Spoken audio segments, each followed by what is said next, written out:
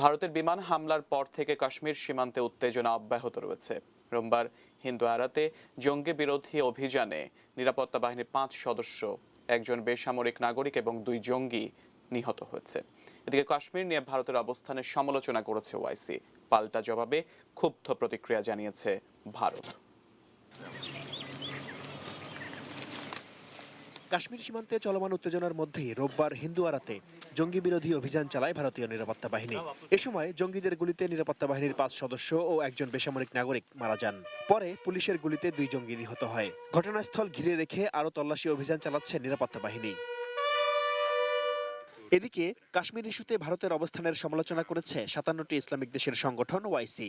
তবে পাল্টা জবাবে ক্ষুব্ধ প্রতিক্রিয়া জানিয়েছে ভারত। পররাষ্ট্র মন্ত্রণালয়ের মুখপাত্র রাভিশ কুমার জানান, জম্মু ও কাশ্মীর ভারতের অবিচ্ছেদ্য অঙ্গ এবং এটি কঠোরভাবে ভারতের অভ্যন্তরীণ বিষয়। ওআইসির সম্মেলনে কাশ্মীর পরিস্থিতি নিয়ে উদ্বেগ জানিয়ে একটি প্রস্তাব পাশ হওয়ার পরই এই প্রতিক্রিয়া দেখালো ভারত।